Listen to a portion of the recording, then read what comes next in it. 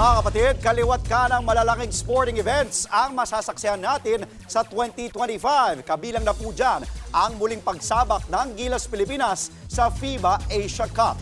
Nasa frontline ng balitang yan si Ian Suyu. Sa pagsisimula ng 2025, panibagong aksyon at mga events na naman ang aabangan natin. Pagdating ng Pebrero, magbubukas na ulit ang bagong season ng UAAP Women's Volleyball Tournament.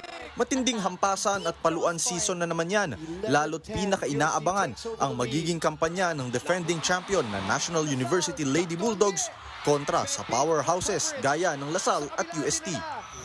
Sa susunod na buwan na rin muling magbabalik sa hardcourt ang Gilas Pilipinas para sa huling window ng FIBA Asia Qualifiers na gaganapin sa Saudi Arabia. Maaalalang nag-qualify na ang Gilas sa torneo na may 4-0 record. Sinamahan pa ito ng historic win nila kontra New Zealand noong nakaraang taon.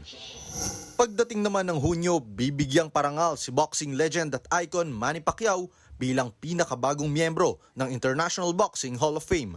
Si Pacquiao lang ang natatanging boksingero na nakapagkampiyon sa 8 magkakaibang dibisyon, bagay na hindi pa natatapatan hanggang sa ngayon.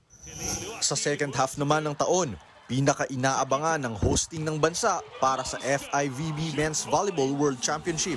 Dito, maglalaro ang Pilipinas kontra sa pinakamalalakas na volleyball teams ng mundo sa pangunguna ng defending champion na Italy at Decalibreng teams. Magbabalik bansa rin para sa torneo ang fan-favorite team na Japan, USA, Poland at Canada.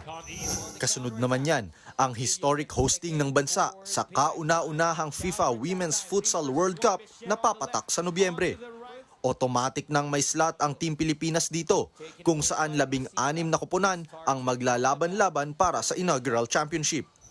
At pagdating ng Disyembre, all out na ang Team Pilipinas para sa magiging kampanya ng national athletes sa Southeast Asian Games na gaganapin sa Thailand. Target ng Pilipinas na mahigitan ang 260 medal haul na nahakot nila sa huling edisyon ng SEA Games sa Cambodia noong 2023. Nagbabalita mula sa Frontline, Ian Suyu, News 5. Mga kapatid, Andre Felix po. Iba na ang may alam at may pakialam sa panahon ngayon. Para sa tuloy-tuloy na balitaan sa Frontline kahit weekend, mag-follow at subscribe sa social media pages ng News 5.